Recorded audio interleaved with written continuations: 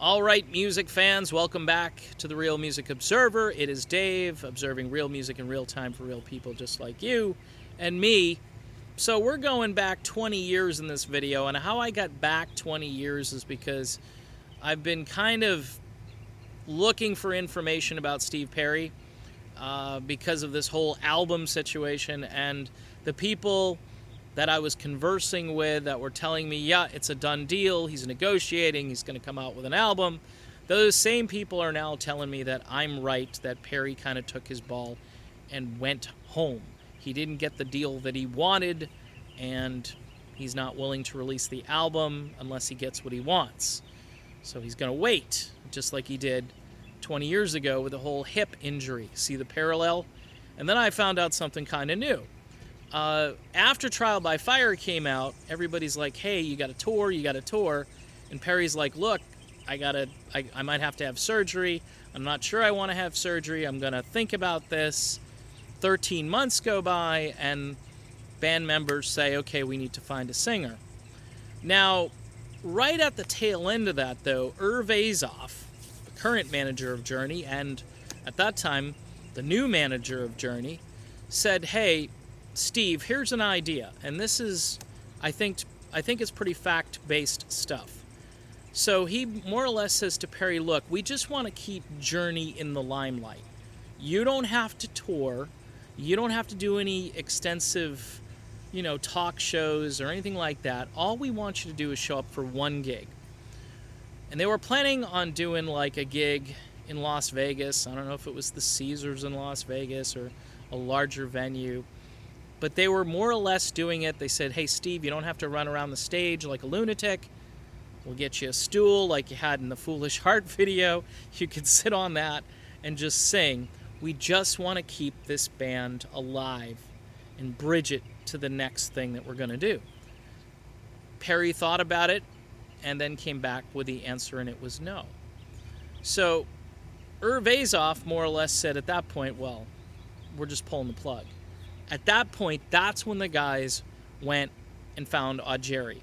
It wasn't before that. They gave Perry so many chances, and Perry more or less said, nope, I'm not doing it. Perry wanted to wait. But my other theory about all this is Perry didn't want to do this at all, that this was just a way to get out of it.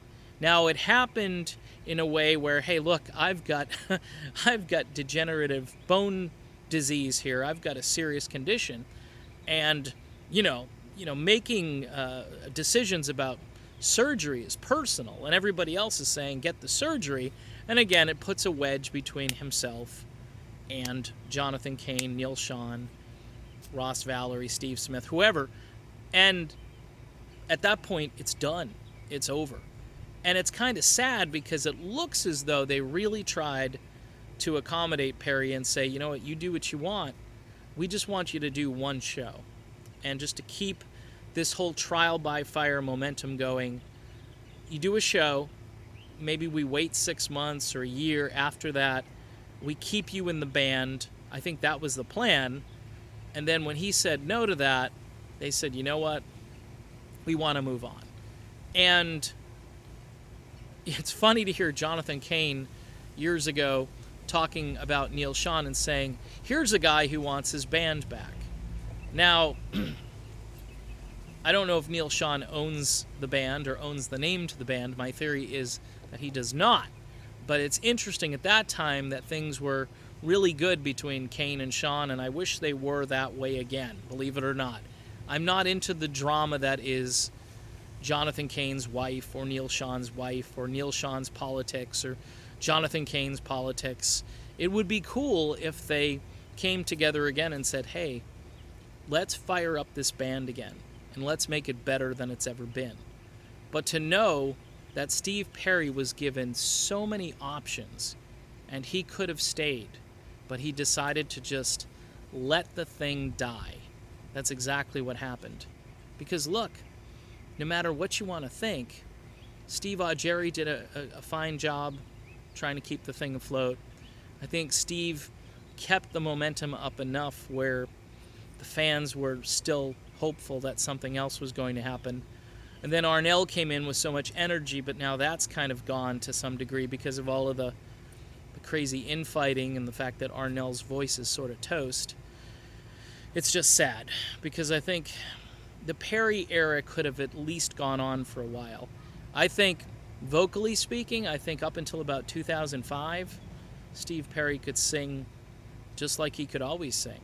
And there's evidence that he could sing still like that even after that. But the point is, you could have got almost another decade out of Steve Perry if things had gone differently. But my overall theory is that Perry just didn't want to do this anymore. Period.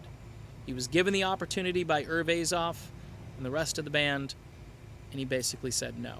This is back in 1997. So that's my little update on Steve Perry and things that have to do with his current situation. Kind of mimics the past 20 years ago. I just don't think he wants to do anything anymore. I mean, there's just too much evidence, and it's sad for the fans because there's so many people that get on me and say, please stop saying this, but I just say what I think is true. I'm Dave, and this is the Real Music Observer, and we'll be back again soon observing real music in real time for real people just like you and me. Talk to you then.